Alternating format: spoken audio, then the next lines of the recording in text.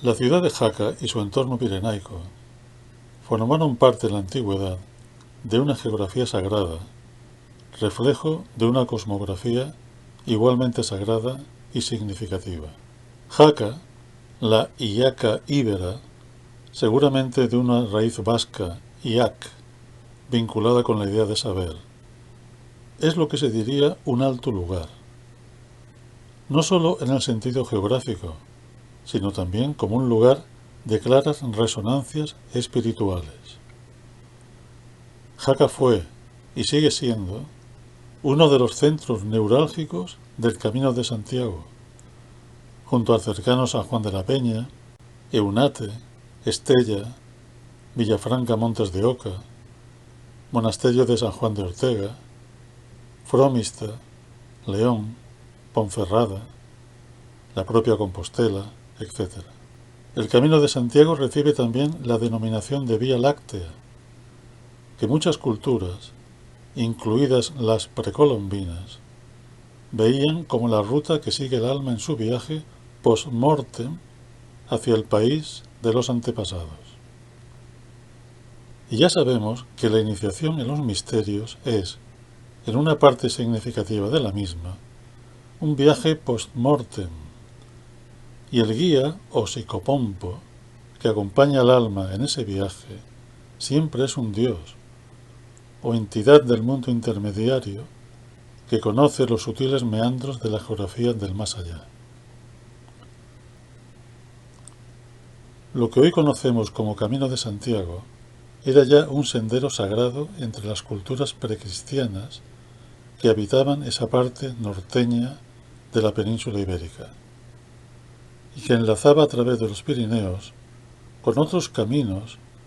que se adentraban en el continente europeo y por donde los habitantes de aquellos pueblos arcaicos se comunicaban entre sí. Pero el Camino de Santiago es, ante todo, un símbolo de la propia realización espiritual. No en vano, el apóstol que le da nombre, Santiago el Mayor, es el patrón de los alquimistas, cosa que se olvida con frecuencia, y sin embargo, esa relación del apóstol de Cristo con la alquimia revela una de las claves para entender el sentido cosmogónico e iniciático del Camino de Santiago, que es una denominación que se daba al propio proceso de la gran obra alquímica. De hecho, muchos alquimistas, como Nicolás Flamel, Basilio Valentín o Bernardo Trevisano, no hicieron físicamente el camino, a pesar de que así lo dejaron escrito, pero ellos se referían al Camino de Santiago que recorre la geografía de su Atanor interno, de su alma. De igual manera, determinados nombres de lugares que jalonan el camino son símbolos de estados sutiles que afloran en la conciencia del alquimista. Es el caso, por ejemplo, del Monte del Gozo o Monte de la Alegría, desde el que se avista la propia Compostela, ella misma un símbolo del centro del mundo, como lo es Jerusalén, siendo ambas ciudades imágenes en la tierra de la ciudad celeste. Esta misma asimilación del camino con el proceso de la gran obra alquímica establece una identificación entre Hermes y Santiago. Para empezar, el propio apóstol era considerado como el Mercurio filosófico, o Mercurio de los sabios, y a veces se le representaba con un libro que contiene los secretos y las claves de la gran obra. Además, Hermes y Santiago están ligados a través de las ciencias y las artes de la cosmogonía, entre las que se encuentran todas aquellas vinculadas con la tradición de constructores, como la masonería y el compañerazgo. En este último existía un Maitre Jacques, que era, junto a Salomón y el padre Soubise, el fundador mítico de esta cofradía de artesanos constructores. Nos referimos al compañerazgo, vigentes de forma constante en la sociedad europea desde la Edad Media hasta prácticamente la entrada en la era moderna. Los hermetistas y constructores eran portadores de una gnosis, de un conocimiento, cuyas enseñanzas se plasmaron de manera muy precisa en las edificaciones, y ello con una intención muy clara de transmitir el conocimiento de una cosmogonía que se revela fundamentalmente a través de la geometría y el resto de las artes y ciencias del quadrivium, como el número, la música y la astronomía o astrología. A ellas se incorporaba la alquimia a través de su iconografía, relacionada con los procesos de transmutación interior, pues de poco sirve el conocimiento teórico del simbolismo constructivo si ese conocimiento no opera un cambio profundo o transmutación en la psique del operario, que se ve a sí mismo como el sujeto y objeto de su obra. Las pruebas iniciáticas son la consecuencia de esos cambios profundos y tienen como objetivo preparar al aspirante para recibir sin interferencias psicológicas el influjo espiritual vehiculado por los códigos simbólicos, sustentados fundamentalmente en las leyes de las analogías y las correspondencias entre la tierra, el hombre y el cielo. Quienes recorren libremente y sin prejuicios los caminos del Señor, invocan secretamente a la inteligencia y la sabiduría a través de la belleza de la creación, transfigurada en una permanente manifestación de lo sagrado, en una teofanía. El cosmos, obra del divino arquitecto, es el modelo simbólico a imitar para la edificación de la obra externa y la obra interna. En muchos de los templos y santuarios que jalonan el Camino de Santiago, existen determinadas imágenes y elementos arquitectónicos donde se reflejan enseñanzas que pueden tener, además de una lectura religiosa, otra lectura mucho más profunda ligada con el proceso alquímico e iniciático. Está claro que hubo un hermetismo cristiano, que continuó vivo durante mucho tiempo, y en verdad lo continúa estando, pues sus símbolos están todavía ahí, ante nuestros ojos, y solo hace falta rescatar su significado sapiencial para que vuelvan a ser nuevamente operativos, cumpliendo así como vehículos de transmisión de la influencia espiritual intelectual. Sin ir más lejos, este es el caso del crismón de la Catedral de Jaca, con que se encuentra el peregrino al iniciar el Camino de Santiago, o sea, su Camino de Santiago, que es el viaje por la cosmogonía. El crismón es de hecho una rueda, la rota mundi, símbolo del movimiento, y por tanto de los viajes terrestres y celestes, conformando ambos el conocimiento de los misterios de la cosmogonía. Crismones hay por todo el camino, casi todos ellos en los dinteles y clave de bóveda de las puertas principales, por donde se penetra en el templo, como es el caso del crismón de Jaca o del monasterio cercano de Santa Cruz de la Serós, o el de Villamayor de Monjardín, cercano a Estella, en Navarra. Esa situación privilegiada del crismón tenía y tiene un cometido muy concreto. Como todo símbolo, el crismón es una ayuda memoria que predispone a quien medita en él a un estado lo suficientemente receptivo para participar del misterio que se celebra en el templo, que no es otro que la sacralización del tiempo y del espacio, lo cual no es simplemente entrar en armonía con los ciclos y ritmos cósmicos, cristalizados en el movimiento de la luz y las proporciones arquitectónicas, sino que a través de esa sacralización, al peregrino se le revela la naturaleza esencialmente transformadora del rito del conocimiento, pues finalmente se trata del tiempo y del espacio sagrado, vivido en su conciencia, que es su propio templo interior. Ya sabe que la palabra peregrino no solo quiere decir viajero, sino extranjero también, y por tanto que su verdadero reino no es de este mundo, considerado como un lugar de pasaje hacia la patria celeste. El crismón es en realidad precristiano, y básicamente su estructura es un círculo en cuyo interior hay una cruz de 6 rayos. Pero el cristianismo lo incorpora a su simbólica añadiéndole una serie de elementos en relación con la figura de Jesús el Cristo, y Jesús Christos, cuyas iniciales en griego están formadas por las letras I y X, y iota y Chi, que al unirse conforman la cruz tridimensional o de 6 rayos, abarcando así la totalidad del espacio cósmico.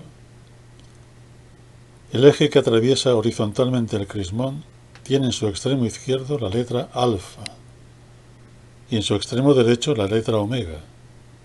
aludiendo así a la expresión de Cristo recogida en el Apocalipsis de San Juan. Yo soy el alfa y la omega, principio y fin, dice el Señor, el que es y que era y que ha de venir, el Todopoderoso. En esta frase no solo se habla de la totalidad del tiempo cíclico, que tiene un principio y un fin, sino también del tiempo que está en medio de ambos extremos, es decir, del tiempo eterno, o del eterno presente. Pues no solo es el que era, el pasado, o el que ha de venir, el futuro, sino el que es, manifestando en su plenitud la majestad del Hijo de Dios, pero que se reconoce al mismo tiempo como Hijo del Hombre, de ahí su apelativo de Salvador, uniendo en su naturaleza lo trascendente y lo inmanente, palabra esta cuyo sentido está incluido en uno de los nombres de Cristo, Emmanuel, Dios en nosotros.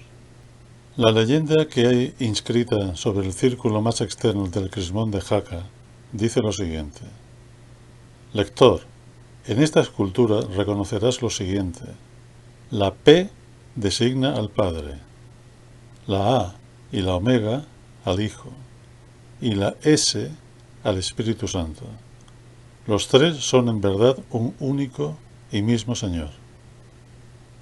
Esa posibilidad de trascendencia está simbólicamente señalada por el círculo, o más bien semicírculo, que se añade en el extremo superior del eje vertical del crismón, formando la letra P. Ese semicírculo es en realidad el ojo de la aguja, que en el simbolismo arquitectónico se corresponde con la clave de bóveda o piedra angular, por donde se produce la salida del cosmos, o sea, del propio crismón, como símbolo que es del cosmos, cobrando aquí pleno sentido esa otra expresión de Cristo, yo soy la puerta, refiriéndose claramente a la puerta solar, que en este caso concreto, y para ser más precisos, no es otra que la puerta de los dioses, según la simbólica solsticial. Crismón de Villamayor de Monjardín, Navarra. Obsérvese el centro del crismón, donde aparece una flor de 8 pétalos, recordando el abrirse de la flor de loto para dar lugar al mundo a partir de su centro arquetípico. El puente y la luz que fecunda. El puente es otro de los símbolos del camino, hasta tal punto que varias localidades llevan incorporadas la palabra puente en su nombre, como es el caso de Puente la Reina y Ponferrada, ciudad ligada por otro lado a la Orden del Temple. En el Camino de Santiago, los puentes forman parte de su paisaje y a su indudable sentido práctico se superpone el sentido simbólico y espiritual. El puente une y comunica las dos orillas del río de la vida. Dos realidades, la conocida y la desconocida, que sin embargo son una sola. El símbolo también es eso, un vehículo que comunica entre sí el mundo sensible y el mundo suprasensible, o inteligible. Ya lo dice, sin ir más lejos, la tabla de esmeralda hermética. Lo de abajo es como lo de arriba, y lo de arriba como lo de abajo, para obrar el milagro de una sola cosa. Muchos de los puentes que encontramos por el camino fueron construidos por Santo Domingo y su discípulo Juan de Ortega, que vivieron entre los siglos XI y XII, cuando el románico estaba en su esplendor. Ambos eran pontífices, es decir, constructores de puentes. Pero además Juan de Ortega era un santo viajero, un peregrino, que antes de asentarse en el lugar que llevaría su nombre, estuvo en Palestina y otros lugares del Próximo Oriente, recibiendo una enseñanza sobre la arquitectura sagrada que plasmaría posteriormente en las estructuras interiores de la iglesia románica de San Juan de Ortega, Burgos, en donde la luz es una herramienta más de la geometría sagrada, contribuyendo en la realización de la obra arquitectónica, según los planos del arquitecto del mundo. Estos santos no eran simples místicos, devocionales y pasivos, sino hombres de ciencia y arte, y por consiguiente muy conscientes de que la arquitectura debía reproducir la cosmogonía, la obra de la creación, concebida por la mente del gran arquitecto. Hablaban el mismo lenguaje simbólico que las cofradías de constructores y trabajaban conjuntamente con ellos. Como estos, laboraban conjuntamente con los alquimistas y los filósofos herméticos. A este respecto, en su libro titulado Hermetismo y Masonería, capítulo 2, Federico González nos recuerda que el maestro constructor lleva su logia interior a todas partes. Él mismo es eso, una miniatura del cosmos, diseñada por el gran arquitecto del universo. Pero la obra está inacabada. Se necesita que pula, con ciencia y arte, su piedra bruta, tal cual cincela el creador su obra. Hasta aquí la cita. Una obra, añadimos, que podemos realizar con nuestra propia alma, que, como piedra bruta o materia prima alquímica, ha de ser pulida en un proceso de rectificación o purificación, que la haga ser merecedora de recibir al Espíritu, que se reconocerá a través de ella, pues este es el sentido metafísico de la idea de virginidad y pureza. Antes mencionamos la arquitectura de la iglesia de San Juan de Ortega, y hay un detalle iconográfico en la misma muy sugerente que se refiere justamente a esta idea de recepción del Espíritu simbolizada por el rayo luminoso de la luz equinoccial, el cual se proyecta sobre un capitel donde se representa la escena de la Anunciación cada 25 de marzo. O sea, el momento en que el arcángel Gabriel anuncia a María como arquetipo iniciático de la purificación alquímica, la recepción en ella del principio divino. Se da la circunstancia de que este es el único capitel historiado de San Juan de Ortega, lo cual hace pensar que todo el templo fue construido para mostrar, a través de esa imagen simbólica, el misterio de la influencia espiritual y la receptividad de la misma. El escultor supo reflejar muy bien ese momento en los rostros de los protagonistas, que reciben la luz con los ojos cerrados y en actitud de recogimiento absoluto. La luz del sol físico simboliza la del sol espiritual, que es una luz que preña el alma, lo cual en lenguaje alquímico podría traducirse por la acción del azufre, principio divino, activo, sobre el mercurio, principio anímico, pasivo, surgiendo de esa fusión el mercurio filosofal, o mercurio de los sabios, que recordemos era un nombre que recibía el propio Santiago. El espíritu está siempre presente, y es la toma de conciencia de esa realidad en lo que consiste el despertar iniciático, que está simbolizado por esos otros rostros que, al contrario de los anteriores, tienen sus ojos totalmente abiertos y con miradas que revelan la intensidad luminosa y envolvente del espíritu. Por otro lado,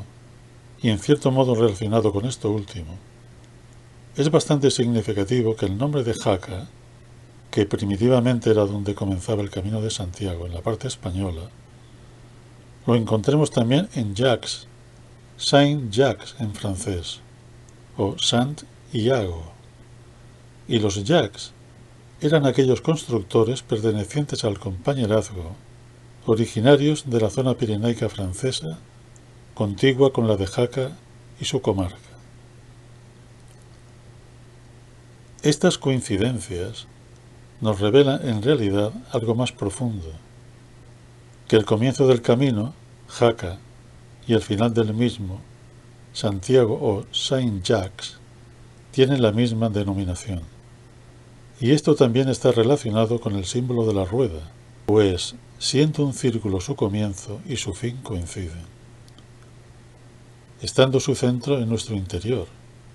de lo que resulta que en realidad el peregrino nunca ha salido de sí mismo en su viaje por la rueda del mundo. Los viajeros constructores, conscientes de este hecho asombroso, saben que su viaje no es sólo horizontal, sino que sobre todo es vertical y en torno al eje del mundo. Y su destino ya está en ellos,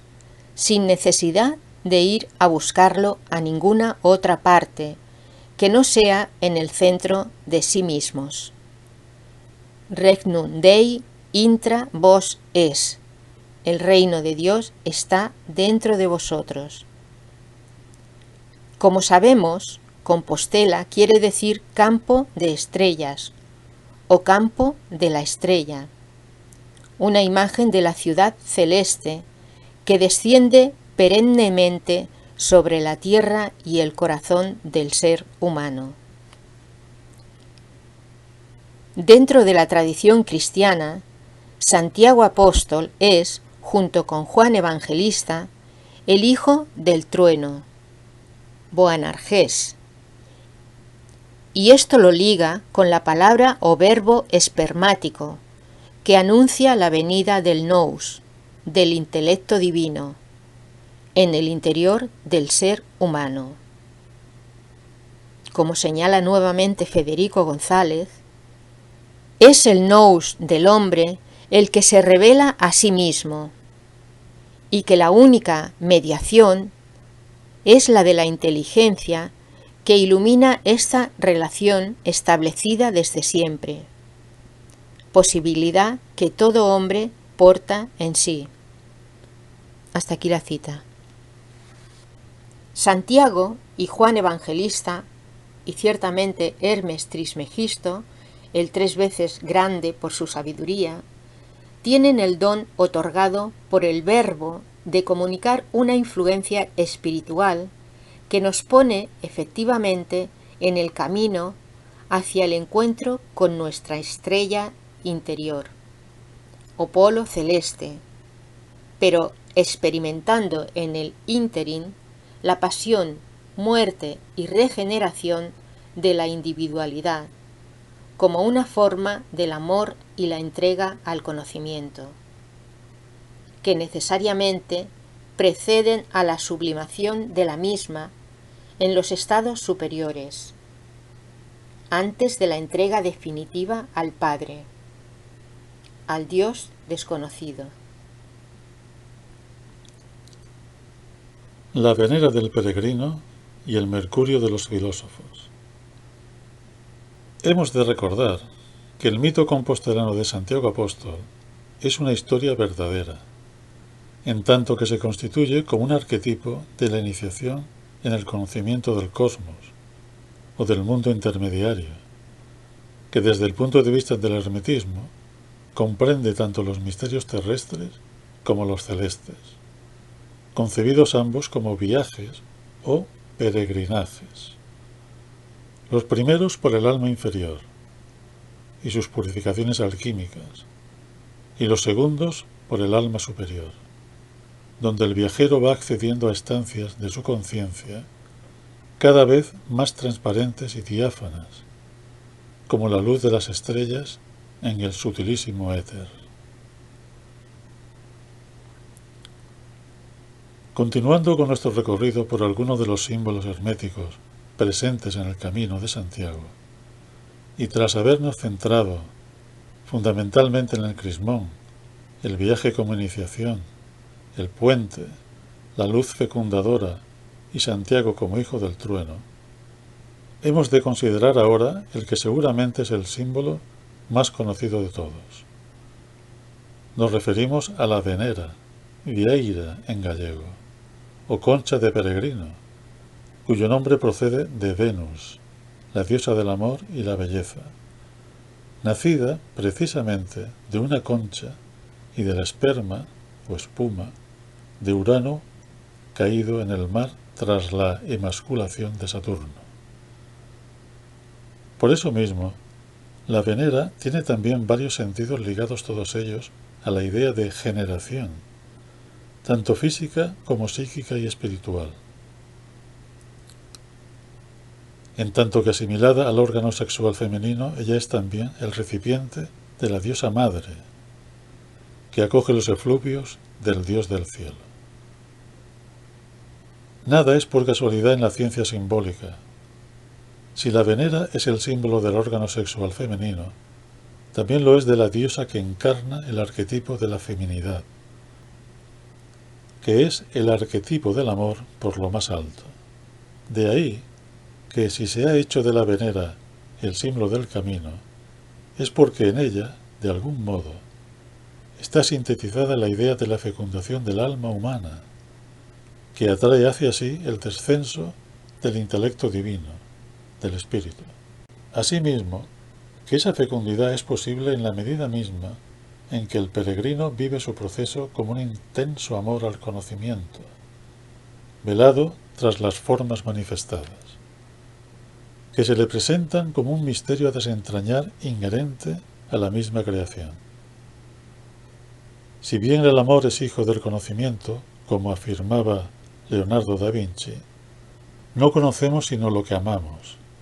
y esto en todos los niveles, desde el amor sensible hasta el amor a la dama sapiencia, pasando por todos los grados o estados generados por la conjunción de dos energías que, siendo análogas, se atraen entre sí. Precisamente, las cualidades de la Venera, como símbolo iniciático,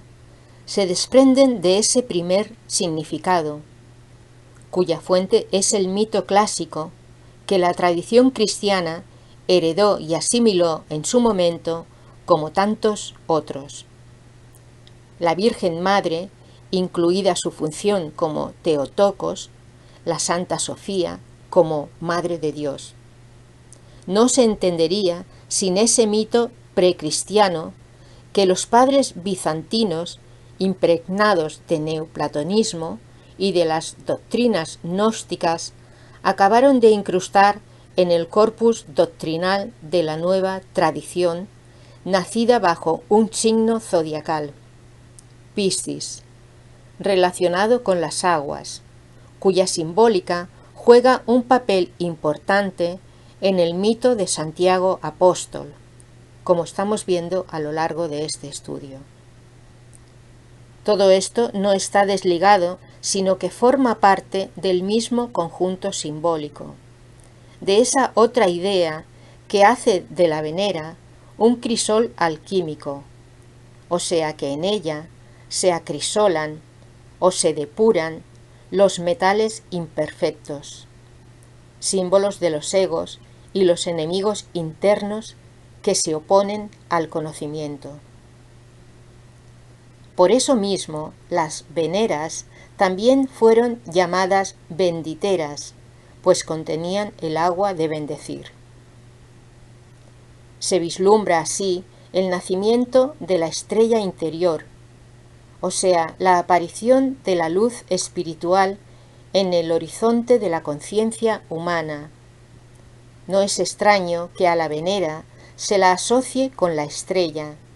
y tiene sentido que aquella aparezca muchas veces en el sombrero que el peregrino porta sobre su cabeza, análoga a la bóveda celeste, es decir, en el lugar más elevado de su cuerpo. Esa asociación con la estrella es visible también en el hecho de que los surcos de la venera semejan los rayos o radios emitidos por un cuerpo luminoso. Esos surcos son en número de 14, y esto nos lleva a otra reflexión en torno a este simbolismo. Y es el hecho del parecido que la venera guarda con la mano humana, cuyos dedos no dejan de tener un parecido con los rayos. En este sentido, y a título de curiosidad al menos, las 14 falanges de los dedos de la mano quizá guarden alguna relación con los 14 surcos de la venera. Y en relación con esta misma venera, como benditera, recordemos que también existe la expresión mano de bendecir, como vehículo del descenso de las influencias espirituales, muy presentes en la tradición cristiana, la mano de Dios, e incluso en el judaísmo la mano de Miriam, y el Islam, donde se habla de la mano de Fátima, con el mismo significado. De hecho, el nombre de Merel, como también se conoce a la venera en el argot alquímico de los antiguos peregrinos y constructores, significa Madre de la Luz, con todas las connotaciones simbólicas que esta expresión tiene, y que remite nuevamente a Venus como arquetipo de la diosa nacida del cielo, Urano, y madre de los iniciados en la gnosis. Es notoria aquí la asimilación con la propia Virgen cristiana, que tiene igualmente esa misma denominación dentro del esoterismo y del hermetismo cristiano. Como vemos, la venera sería un símbolo que reúne el agua y la luz, o el fuego como origen de la luz, de tal manera que expresa la idea de un agua ígnea o un fuego acuoso, denominación que se da al mercurio doble o mercurio animado, así llamado puesto que, como señala René Guénon en la Gran Tríada, capítulo 12, el mercurio animado siente la acción del azufre, que vigoriza esta doble naturaleza y la hace pasar de la potencia al acto. Significa, por tanto, la unión del principio activo, azufre, espíritu, y el principio pasivo, mercurio, alma, lo que da lugar al andrógino primordial. Pero el mercurio animado es el resultado de una serie de operaciones previas que los alquimistas, con su lenguaje simbólico, han descrito como un combate feroz entre el león y el águila, es decir, entre lo fijo y lo volátil, hasta que los dos no se fundan en una sola entidad, conformando así el mercurio animado o doble. Es sobre este mercurio, que no es otro que el mercurio filosofal, sobre el que se proyecta el azufre, palabra que no olvidemos procede del griego zeion, divino. Justamente, el alquimista Don Bernety, en su diccionario mito-hermético, identifica este mercurio doble con el mercurio dos veces nacido, expresión que evidentemente está relacionada con la idea de la regeneración psíquica, necesaria para que el azufre divino fije de manera permanente esa naturaleza regenerada y propicie el matrimonio andrógino, lo cual supone la recuperación del verdadero estado humano anterior a la caída o expulsión del paraíso. El peregrino ha llegado al fin de su viaje, al menos en un tramo importante del mismo, que consistía precisamente en alcanzar ese estado interior y central. Es lo que está señalando justamente esta imagen, en la que aparece Santiago, no ya con el sombrero de peregrino, sino que éste ha desaparecido junto con la venera, y en su lugar aparece una luz nimbada que evoca precisamente la figura de una estrella, con un parecido muy evidente con la venera, como si efectivamente hubiera habido una transformación de esta última en su arquetipo universal. Pero alcanzar ese estado no significa el fin de la iniciación, sino que con él se abre la posibilidad de un tercer nacimiento en el mundo del espíritu, el cual viene precedido de una segunda muerte iniciática, vivida como un pasaje o superación del ámbito humano y cósmico. O sea, que estamos hablando de un nacimiento supracósmico y metafísico, que en lenguaje cristiano se corresponde con la resurrección de Cristo. A este respecto, René Guénon señala lo siguiente. Conviene agregar que este tercer nacimiento será representado más bien como una resurrección que como un nacimiento ordinario, porque aquí ya no se trata de un comienzo en el mismo sentido que cuando la iniciación primera. Las posibilidades ya desarrolladas y adquiridas de una vez por todas deberán volver a encontrarse después de este paso, pero transformadas de una manera análoga a aquella en la que el cuerpo glorioso o cuerpo de resurrección representa la transformación de las posibilidades humanas, más allá de las condiciones limitativas que definen el modo de existencia de la individualidad como tal. Apreciaciones sobre la iniciación, capítulo 26, de la muerte iniciática. La traslación de Santiago y el tercer nacimiento. El simbolismo acerca del tercer nacimiento iniciático nos lleva a considerar desde otra perspectiva el sentido de la traslación del cuerpo del apóstol Santiago desde Judea hasta las costas de Galicia, o sea, de oriente a occidente, y más concretamente hasta el finis terrae, el Finisterre, el fin de la tierra, topónimo que ya se aplicaba a Hispania en plena época romana. Aquí tendríamos quizá el origen de Santiago como patrón de España varios siglos antes de que se instituyera como tal. Pero hay que recalcar que además de su sentido puramente geográfico, el finis terrae adquiere un sentido metafísico por ser el límite que separa el horizonte terrestre del mundo celeste, en cuyo centro se encuentra la puerta de los dioses, la que da acceso al ámbito supracósmico, es decir, al tercer nacimiento en el espíritu. No olvidemos que según esa correspondencia entre el Camino de Santiago y la Vía Láctea, el finis terrae es también el fin de esta última, de la Vía Láctea, considerada como el camino post-mortem hacia la morada de los dioses inmortales, lo que en lenguaje cristiano equivale al paraíso celeste. Se da la circunstancia de que ese viaje desde Tierra Santa hasta Galicia ya lo hizo Santiago en vida,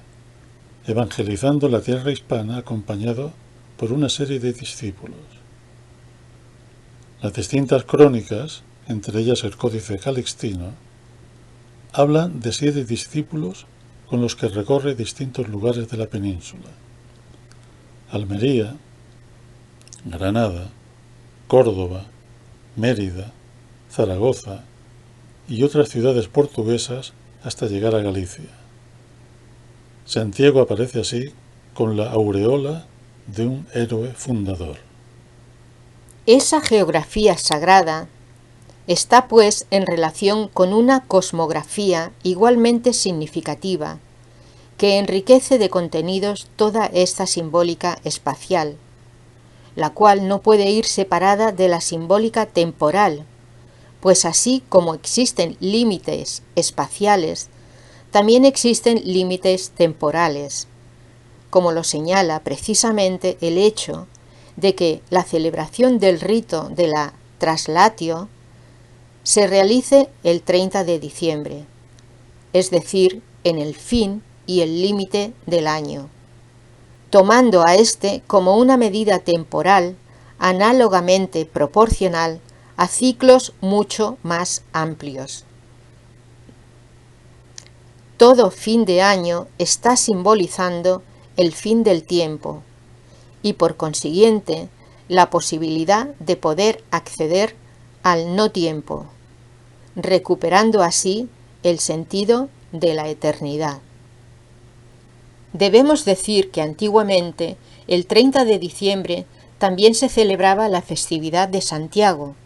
antes de que pasase definitivamente al 25 de julio. Añadiremos que todo lo referente a la traslatio pasaría a formar parte de la leyenda dorada, escrita por Santiago de la Vorágine en el siglo XIII.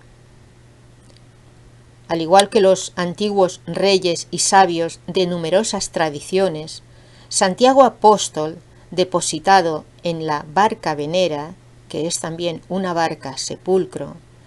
realiza el camino celeste que lo conducirá hacia la salida del cosmos, que la Vía Láctea en su conjunto precisamente simboliza. Este es, según entendemos nosotros, el sentido más profundo de esa traslación, que sin duda podemos considerar como un auténtico rito post-mortem, o sea, después de la muerte, siguiendo el rastro de la luz del sol espiritual hacia el nacimiento de una vida siempre renovada en el seno del Padre. Depositado en la barca solar, el hijo del trueno, Boanerges, título que comparte con su hermano Juan Evangelista, navega por las aguas superiores del océano celeste. Si bien su cuerpo físico será enterrado en el campo de la estrella, Compostela, el cual se convertirá en una tierra sagrada, en un centro del mundo, que es también el centro del laberinto existencial. Pues el camino de Santiago es la vida de cada uno de nosotros,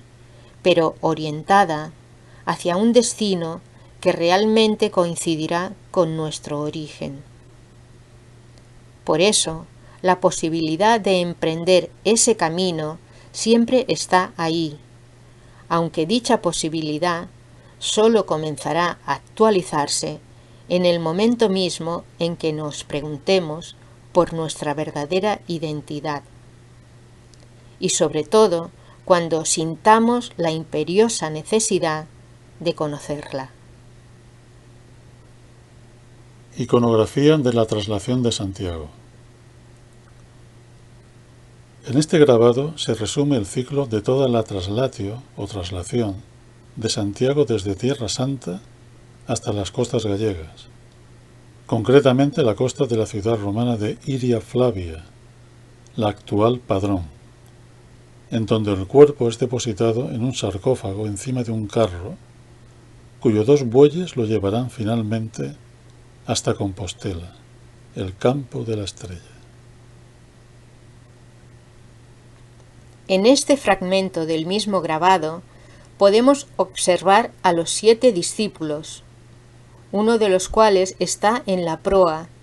y se dirige a sus compañeros con el dedo índice en la boca, en un gesto claro de guardar silencio, en referencia sin duda a esa parte de la enseñanza del apóstol velada por el secreto iniciático. El caballo y el jinete, cubiertos de veneras, que aparecen en primer plano, aluden sin duda alguna a la idea de viaje y de peregrinaje. El caballo constituye una representación del símbolo como vehículo que nos traslada de una realidad conocida a otra desconocida. Tímpano de la iglesia de Santiago de Cereixo, Vimianzo, La Coruña. Puede apreciarse la barca de piedra con el cuerpo de Santiago y los 7 discípulos. La factura es extraordinaria en su síntesis simbólica y demuestra un conocimiento profundo de los artesanos medievales acerca del mito sagrado de Santiago.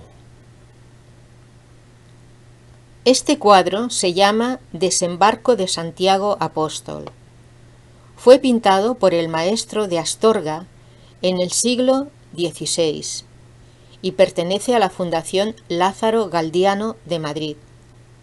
Se dice que a la llegada a la tierra sacra gallega, los discípulos depositaron el cuerpo de Santiago en una piedra con forma de barca,